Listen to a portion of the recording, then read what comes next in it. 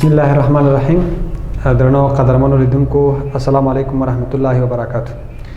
نن ورځ د لسم ټولګي نوبت را رسیدلی دی. د لسم ټولګي لومړنۍ برخه د ویټامینونو هغه موږ ویلې وه.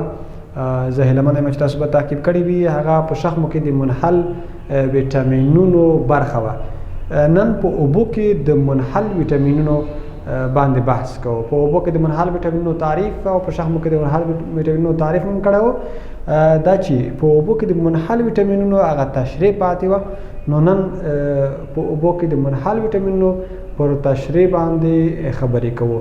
دا هم ویلي وو چې په اوبو کې منحل ویټامینونه چې دي هغه بدن کې نه ذخیره کېږي. د ذخیرې وړتیا یې نسبت په شخمو کې منحل ویټامینونو ته کمه ده.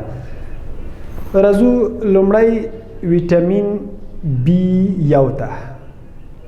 ویټامین بی یو چې د تیامین ویټامین په نامه سره هم یادیږي، په کومو منابعو کې وجود لري؟ معمولا په منپالو کې یا نورو موادو کې چې نورې غنمو دانې یا د جوارو دانو یا په نورو برخو کې وجود لري.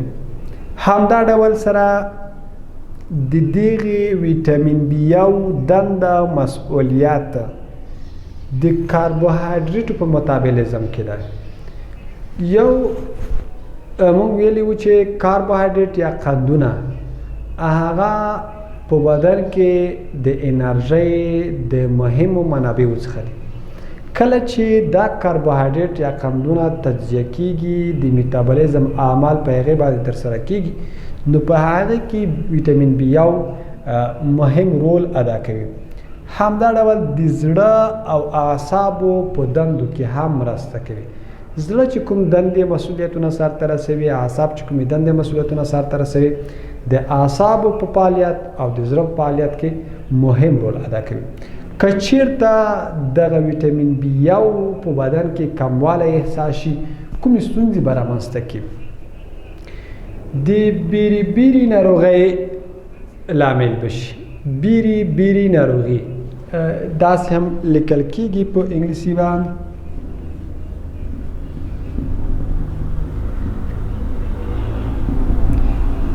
زیاتره زموږ وروڼه په دې باندې نه پوهېږي چې بیری بیری ناروغي کومه ناروغي ده.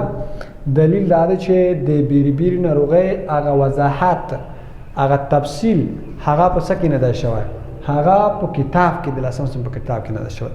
خو ولې دومره وایو چې ویټامین بی یو د کموالي په اساس باندې د بیری بیری ناروغي منځته راځي او مسؤلیت نه بلکې ستونزه یې دا ده چې په یو وخت کې د زیاتو نیورونونو د التهاب ناروغۍ ته ویل کېږي. بیری بیری ناروغي هغه ناروغي ده چې د ویټامین بی یو د کموالي په اساس باندې منځته راځي او په یو وخت کې د څو محیطي اعصابو د التهاب د ناروغۍ سبب کیږي. چې دغه د یو وخت کې د زیاتو محیطي اعصابو د التهاب ناروغۍ ته د بیری بیری ناروغي ویل کیږي. دغه ناروغي د قلبي یا د زړه د ناروغۍ په نامه سره هم یادېدلی شي، د بیری بیری ناروغي. یعنې په دې باندې هم خلک دغه ناروغي پیژني. قسم د لسم ټولګي په کتاب کې لیکلی دي چې د ویټامین بی یو د کموالي او بخیر د زیاتوالي اغیزې تاثیرات نه دي معلوم، خو په اوس وخت کې معلوم دي چې انشاءالله تاسو به یې په لوړه دوره چې هغه فانتون دوره ده په هغې کې وایي. ویټامین بی دوه ناروغۍ ته د رایبوفلوین ناروغي هم ویل کېږي. دا ناروغي په څه شي کې وبخیر ویټامین بی دوه ویټامین هغه د رایبوفلوین ویټامین په نامه سره هم یادېږي. نوم یې دا دی.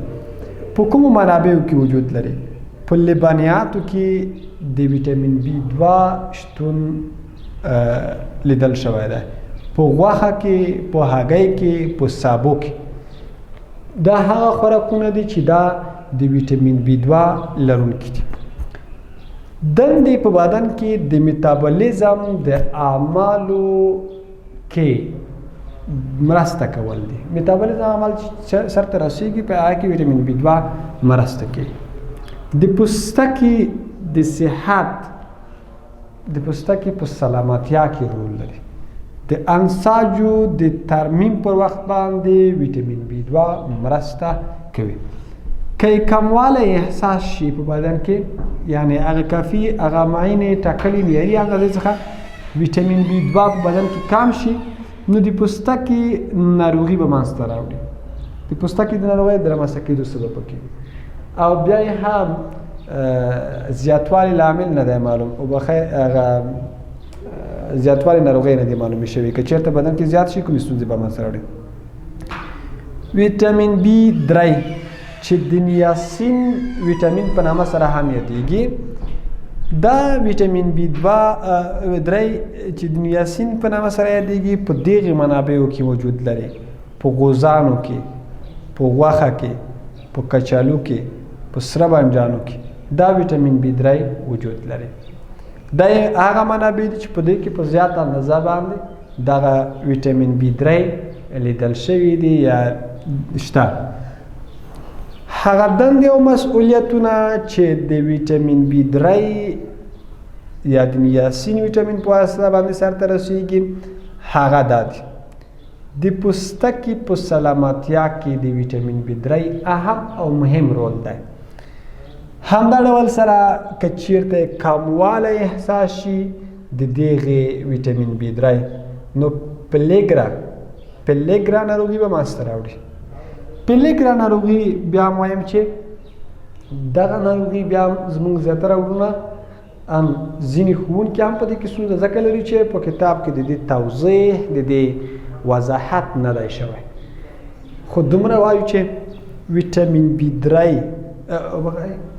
پیلیګرا ناروغي د ویټامین B3 یا د نیاسین ویټامین د کموالي په اساس باندې منځته راځي. د پوستکي د هغې برخې د التهاب ناروغي ده کومه چې د نور یا د رڼا او همدا ډول د صدمې او ضربې په مقابل کې واقع وي. بیا هم تعریف یې سره ولیکئ. پیلیګرا ناروغي د ویټامین B3 د کموالي په اساس باندې رامنځته کېږي. هغه ناروغي ده د پوستکي د هغې برخې د التهاب ناروغي ده د کومې په وسیله باندې چې د کومه برخه چې د نور او د ګزار یا د صدمې او ضربې په مقابل کې قرار لري. دغه ناروغي د مخاطي غشا د التهاب د ناروغیو په اساس باندې هم پیژندل کېږي. یا تاسې وایو چې دغه ناروغي د مخاطي غشا د ناستې د ناروغیو په هغه سره هم پیژندل کېږي چې مثلا خلک یې پیژني. یعنی هغه ناروغي چې مخاطي غشا د التهاب ناروغي ده، هغه ناروغي چې د ناستې رامنځته کېدو باعث کېږي، په دې سره هم دغه ناروغي پیژندل کېږي چې پیلیګرا ناروغي ده. ویټامین B12 چې د سایناکوب الامین په نامه سره هم دی. سایناکوب الامین د ویټامین B12 مکمل نوم دی. دغه ناروغي ناروغي نه ده، بخښنه غواړم، ویټامین B12 یا سایناکوب الامین د هغه ویټامین دی چې په غوښه کې، په شیدو کې، په لبنیاتو کې وجود لري. دغه ویټامین په بدن کې د کاربوهایډریټ په میتابولیزم کې برخه وخوالي. همدا ډول د دغې میتابولیزم دنده مسؤلیت د وینې د کموالي ستونزې، که چېرته بدن کې کموالی احساس شي د وینې کموالی به منځته راوړي، او همدا ډول ذهنا روحا یا عصبي ناراحتۍ به هم ورسره مل وي. تر اوسه پورې معلومه نه ده چې د زیاتوالي لامل څه دی.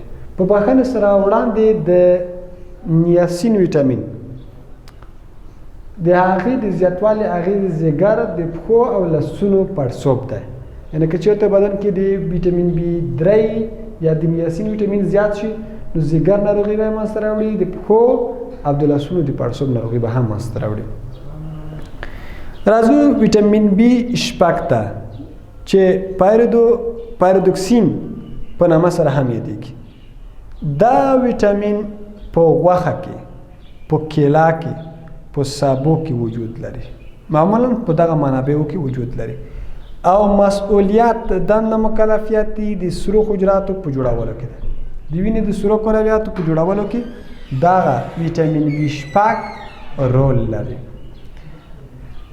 که چیرته کموالی احساس شي دغه ویټامین B6 د غزالاتي او عصبي ناراحتیو رامنځته کېدل، عضلات به نورمال فعالیتونه ونه لري او اعصاب به چې دي هغه هم نورمال فعالیتونه ونه لري. دا معنی چې په عضلاتي او عصبي ناروغیو باندې به اخته شو. که زیاتوالی په بدن کې منځته راشي د پښو په بېحسۍ، پښې به بېحسې وي، حس به پرې نشو کولی، او د لاسونو په نه همغږۍ سره به دغه په توان سره تمامیږي. د مغزي اعمالو غیر طبیعي کېدل، یعنی د اعصابو یا د مغزو هغه نورمال فعالیتونه به له لاسه ورکړو، په غیر نورمال ډول سره به خپل فعالیتونه سرته رسېږي. نو دا که چېرته د دغې زیاتوالی په بدن کې احساس شي دغه ستونزې به رامنځته کړي. که یې کموالی احساس شي نو دا ناروغي به منځته راشي. نو بل راځو ویټامین سی ویټامین، اسکوربیک اسید. دا سی ویټامین یا اسکوربیک اسید دا ویټامین په دغې سرچینو کې سیتروس کورنۍ کې لیمو، مالټا، کینو او داسې نور، دا هغه کورنۍ ده چې سیتروس کورنۍ ورته ویل کېږي. په دې کې په زیات اندازه باندې ویټامین سی وجود لري. په ګوپای چې موږ او تاسو ورته وایو، په ګوپي کې، په باتنګړو کې، په کچالو کې، معمولا په شنو سبزیجاتو کې ویټامین سی په زیاته اندازه باندې شتون لري او دا چې کومې دندې سرته رسي اوس وایم. د دغې د وریو په ساتلو کې مرسته کوي او د وریو ساتلو لپاره، او بل دا دی چې د بدن مقاومت د دې سره څنګه کېږي هغه هم حاصلېږي. د وریو ساتلو پخوا وختونو کې به خلکو ډېر پیاده مزلې کولې، لرې لرې منطقو ته به تلل ځکه هغوی کوچ کاوه، ساکن ژوند یې نه درلوده. نو کله به چې له یو منطقې نه بلې منطقې ته تلل نو حتما به د ویټامین سی د کموالي سره مخامخ کېدل. وری به یې چاود یا پرې شوې، له وریو نه به یې وینې بهېدلې. بیا به چې یو داسې منطقې ته ورسېدل چې هلته به شنه سبزیجات و باغ به بالاخره شنه سبزیجات ته به چې کله لاسرسی پیدا کړ، کله به چې دا سبزیجات خوړل یا داسې مواد به یې خوړل چې هغې ویټامین سی لرله، نو په نتیجه کې به د دوی وریو د وینې بهېدنه هغه بند شوه. دلیل به دا و چې د ویټامین سی دوه غټ مسؤلیتونه چې یو یې د مخاطر شه او بل د پوستکي نورمال ساتل دي یا طبیعي ساتل دي، هغې مسؤلیت ته همدا ډول د وریو په نورمال ساتلو کې او همدا ډول د بدن مقاومت سره کوي. که چېرته ویټامین سی کموالی منځته شو حتما پوستکي ناروغي منځته راځي. نو د پوستکي د ناروغۍ د منځته راتلو په نتیجه کې پوستکی هغه دفاعي کرښه ده چې د میکروبونو پر وړاندې لومړنی دوی قرار لري. نو په نتیجه کې د بدن مقاومت هم ورسره کمزوري، ځکه میکروبونه او هغه ژوندي ارګانیزمونه چې بدن ته د داخلېدو په نتیجه کې د ناروغۍ د رامنځته کېدو سبب کېږي هغه هم شونې کېږي. په لویه کې کومه ناروغي منځته راوړي د ویټامین سی د کموالي په سبب؟ سکروي ناروغي. سکروي ناروغي د ویټامین سی د کموالي په اساس باندې منځته راځي. سکروي ناروغي د ویټامین سی د کموالي په اساس باندې منځته راځي. د مخاطي غشاګانو، د وریو او د پوستکي او همدا ډول د نورو ناروغیو په حیث باندې هم پیژندل کیږي چې په هغې سره منځته راشي. د معدې کثرت زیاتوالی منځته راشي، د معدې او کولمو ناروغۍ هم منځته راوړي او همدا ډول د بدن مقاومت هم ورسره کمزوری کیږي. هیله مو دا ده چې له پیل نه تر پایه پورې په دغه درس باندې پوه شوي وای. تر بیا به چې بیا هم ستاسو په درنه خدمت کې راځم، د 10م ټولګي یوه بله موضوع به وړاندې کوم. تر هغې ما زهیر دولت ذهین ته اجازه راکړئ. تر بیا مو الله مل شه، ښه وختونه او ښې چارې ولرئ.